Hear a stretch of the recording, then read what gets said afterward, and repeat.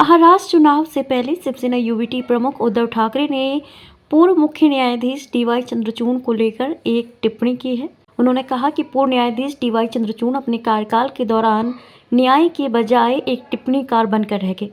अगर वे न्यायाधीश की जगह कानून के शिक्षक होते तो उन्हें शायद कहीं अधिक प्रसिद्धि मिलती। उद्धव ठाकरे ने ऐसा इसलिए कहा क्योंकि पूर्व न्यायाधीश ने अपने कार्यकाल के दौरान शिवसेना के विधायकों की अयोग्यता मामले में कोई फैसला नहीं दिया।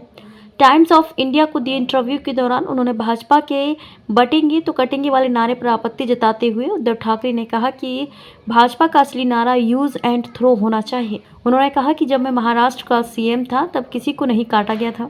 भाजपा के पास बात करने के लिए असल मुद्दे नहीं है, इसलिए वो इस तरह की बात कर रही है।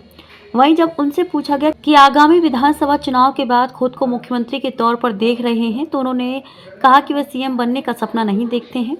उनकी प्राथमिकता उन लोगों को हराना है जो महाराष्ट्र का शोषण कर रहे हैं।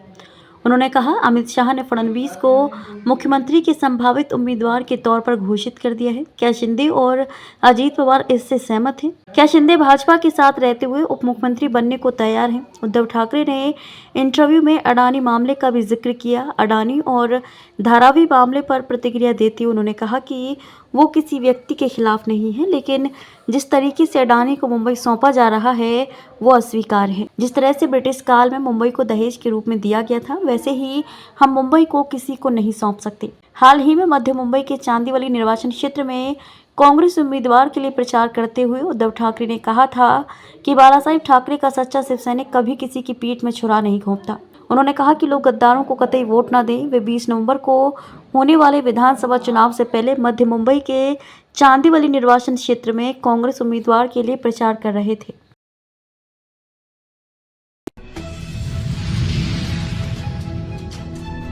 मुंबई दिंडौसी विधानसभा में शिवसेना के उम्मीदवार संजय निरुपम की सभा में पहुंचा महाराष्ट्र के मुख्यमंत्री एकनाथ शिंदे सभा को संबोधित किया।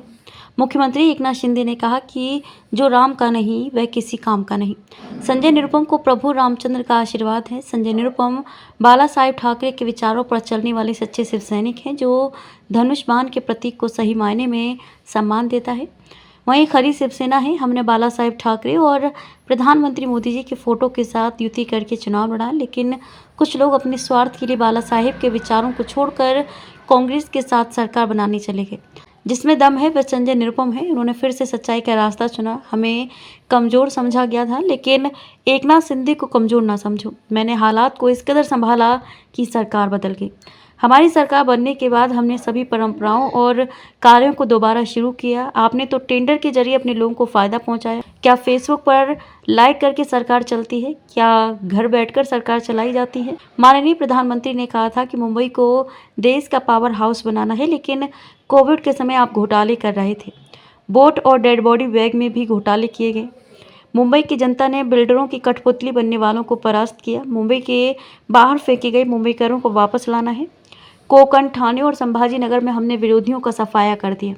आपकी योजनाओं में बहनों का अपमान किया गया। ऐसे लोगों को 20 तारीख को जवाब देने का मौका जनता के पास है। मुझे धमकी दी गई कि 10 दिन में जेल भेज देंगे। एकनाथ शिंदे धमकियों से डरता नहीं है। अगर मुझे मेरे लाडले भाई बहन और किसानों के लिए जेल में भी जाना पड़े तो मैं खुशी से जाऊंगा। मुझे धमकी मत दो, मेरे नाद में पड़ने की कोशिश मत करो। मुंगरी लाल के हसीन सपने देखना छोड़ दो। सामने वालों का काम तमाम करने का मौका आपको 20 तारीख को मिला है। जब तक सूरज चांद रहेगा बाबा साहिब का संविधान बना रहेगा। बदलापुर में पुलिस पर गोली चलाने वाले नराधमों को पुलिस ने सही जवाब दिया। ये पूरी तरह सही है। लागला तेव्हा मी दाखवलं एकनाथ शिंदे काय आहे। एकनाथ शिंदे सर्वसामान्य कार्यकर्ता आहे। बाळासाहेबांचा सच्चा शिवसैनिक आहे। आनंद दिघे साहेबांचा चेला आहे। त्यामुळे तुम्ही मला या धमक्या देऊ नका। सरकारमध्ये येण्याचे स्वप्न बघताय। मुंगेरी लाल की हसीन सपने छोड़ दो। ये मेरी लाडली बहनों ने तय कर लिया है। लाडले बहनों भाइयों ने तय कर लिया है। तुम्हारा सत्ता का दरवाजा बंद कर दिया है और तुमको घर बिठाने का फैसला कर लिया है। घरी बसवायचा फैसला केला ना तुम्ही त्यांना। घरी बसवायला कायमचं घरी बसवायची संधी आली आहे। आणि म्हणून मी सांगतो आज मुंबईमध्ये इथे आपले मराठी आणि हिंदी पण आहेत ना तुझे, मराठी बी हिंदी बी आहे. तुमचे गावाले पण आहे. अरे हमारा तो राम राम, आम्ही राम राम बोलतो, तुम्ही जय श्रीराम बोलता. राम तर आहे त्याच्यामध्ये. आणि म्हणून इसलिए सामने वालों का काम तमाम करने का मौका आपको मिला है. 20 तारीख को 20 तारखेला तुम्हाला संधी मिळाली आहे. बरं मी एक सांगतो, ही योजना जी आपण केली याच्यात काय भेदभाव केलाय? मराठीला मिळतंय, उत्तर भारतीयाला नाही मिळत, गुजरातीला मिळतंय, साऊथ इंडियनला नाही मिळत, हिंदूला मिळते, मुसलमानला नाही मिळत, हिंदूला मिळते, ख्रिश्चनला मिळत नाही, असं केलं आपण? सभी लोगों को ये मिलता है योजना. आपण दुजाभाव केलाय, आपण भेदभाव केलाय. मग का लोकांमध्ये दिशाभूल करतात? ये डराते लोग, संविधान बदलेगा, आरक्षण जाएगा, ये होएगा. वो तो लोकसभा में फेक नैरेटिव फैलाया उन्होंने. फेक नैरेटिव झाला. फेक नैरेटिव मुळे काही लोक फसले, पण आता फसणार नाही. मी सांगतो, जब तक सूरज चांद रहेगा, बाबा साहेब का संविधान बना रहेगा. अरे बाबासाहेबांच्या संविधानामुळे एक सर्वसामान्य कुटुंबातला व्यक्ती या देशाचा प्रधानमंत्री होतो आणि एक सर्वसामान्य शेतकऱ्याचा पोरगा या राज्याचा मुख्यमंत्री होतो. का शेतकऱ्याच्या पोरानं मुख्यमंत्री होऊ नये? सोन्याचा चमचा घेऊन जन्माले आलेले लोक पैशाच्या राशीत लोळणारे धनदांडग्याने मुख्यमंत्री व्हावं? अरे मी मुख्यमंत्री झालो म्हणून तर तुमच्या वेदना समजतो. मी गरिबी पाहिली आहे, मी माझ्या आईची तगमग पाहिली आहे. दुधाचे पैसे, राशनचे पैसे, लाईटचे बिलचे पैसे, औषधाचे पैसे, कशी कसरत करायची मी पाहिली आहे. आणि मी तेव्हा ठरवलं, जेव्हा कधी माझ्या हातात अधिकार येईल, पहिले माझ्या बहिणींना मी सुखी करेन, माझ्या माता भगिनींना सुखी करेन, माझ्या लाडक्या भावांना प्रशिक्षण भत्ता दे, त्यांना रोजगार दे, शेतकऱ्यांचं कर्ज माफ करेन. आणि माझ्या एक सांगतो तुम्हाला, एका मुलीने आत्महत्या केली रात्री 12:30 वाजता. या तुमच्या लाडक्या भावाने टीव्हीवर बातमी बघितली. आत्महत्या का केली? इंजिनिअरिंगचं शिक्षण घेत होती. 50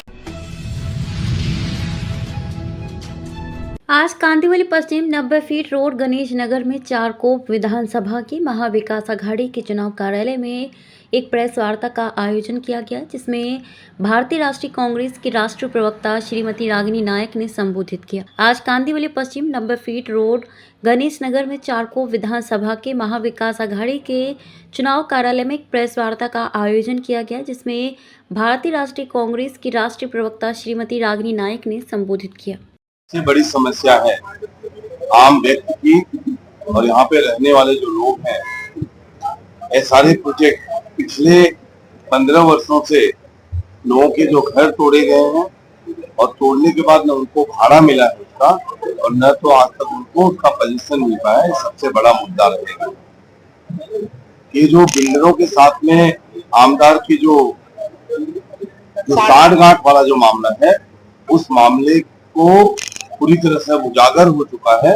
और अब जनता उनसे सवाल पूछ रही है कि बताओ, आपने हमारा घर क्यों नहीं दिया और न हमको आपने आज तक भाड़ा दिया। उसी के साथ साथ में पिछले 15 वर्षों से यहाँ पर multi speciality hospital, medical college, engineering college, केवल और केवल आपको इस पूरे विधानसभा में एक ITI कॉलेज मिलेगा।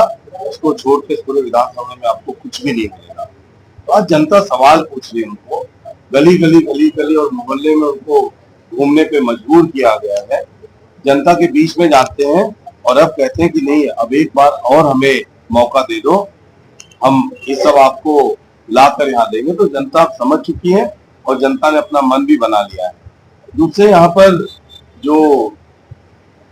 पर जो हॉकर्स हैं, उनकी एक अलग ही बहुत बड़ी समस्या है। 2014 के जो सर्वे थे उसके हिसाब से हाईकोर्ट का जो एक ऑर्डर था, उस ऑर्डर को भी यहाँ पे इम्प्लीमेंट नहीं कराया गया है। महाविकास आघाड़ी की गवर्नमेंट आने के बाद हम वापस से रीसर्वे करवाएंगे और उनके लिए प्रॉपर उनको उन्हीं के एरिया में एक जगह देकर उनको वहीं पे बैठाया जाएगा, ऐसा हम लोगों ने प्रोविजन किया हुआ है। इंडस्ट्रीज के मुद्दे आप जानते हैं, यहाँ पे कांदिवली इंडस्ट्रियल एरिया है, वहां पे 116 एकड़ जमीन है। अब इन्होंने एयरपोर्ट बेच दिया, इन्होंने अडानी को सब कुछ बेच दिया, ट्रेन बेच दी, रेलवे बेच दिया, पीएसयू बेच दिया। अब यहाँ पे हमारा जो कांदिवली इंडस्ट्रियल एस्टेट है उसके ऊपर इनकी गिद्ध की निगाह पड़ चुकी है, उसको भी बेचने की तैयारी में लगे हैं। वहां पर 350 इंडस्ट्रियल एस्टेट आज ऐसे कंडीशन में है कि वहां के ओनर्स किसी भी समय में उसको बंद करने के कंडीशन में पहुंच गए। 22,500 लोग वहां पे काम करते हैं, लाखों करोड़ों रुपए का वहां पे टर्नओवर है। आखिर यहाँ पर काम करने वाले हमारे जो भाई बहन है, आखिर वो बेरोजगार होने के बाद जाएंगे कहाँ? 2 करोड़ नौकरियां तो छोड़ दो 11 साल से हर साल देने वाले थे, लेकिन आज हर दिन ये बेरोजगार कैसे किया जा सकता है, लोगों को गुलाम कैसे बनाया जा सकता है, उसी का प्रयत्न भारतीय जनता पार्टी और उनके साथ में जो महायुति में लोग लगे हुए वही काम कर रहे हैं। यहाँ पर दूसरे जो मुद्दे हैं, यहाँ पर आप पूरे अगर चारकों विधानसभा में देखें, बच्चों को खेलने का मैदान नहीं है, यहाँ पर स्पोर्ट्स की कोई फैसिलिटीज नहीं है, स्कूल की कोई फैसिलिटीज नहीं है। ये सब मुद्दे हम जनता में लेकर जा रहे हैं और जनता उत्साहित है। 20 तारीख का इंतजार कर रही है, 23 तारीख को रिजल्ट आएगा और 24 तारीख को महाविकास आघाड़ी की गवर्नमेंट बनेगी। यहाँ पर एक एसआरए का जो प्रोजेक्ट है, एसआरए का प्रोजेक्ट 10, 15 साल से जो लंबित है, सबसे ज्यादा प्राथमिकता होगी कि उनके प्रोजेक्ट को इमीडिएट स्टार्टअप लिया जाए और उनको एक टाइम बाउंड टाइम पे उसको कंप्लीट करके उनको वहां पर पोजीशन दिया जाए।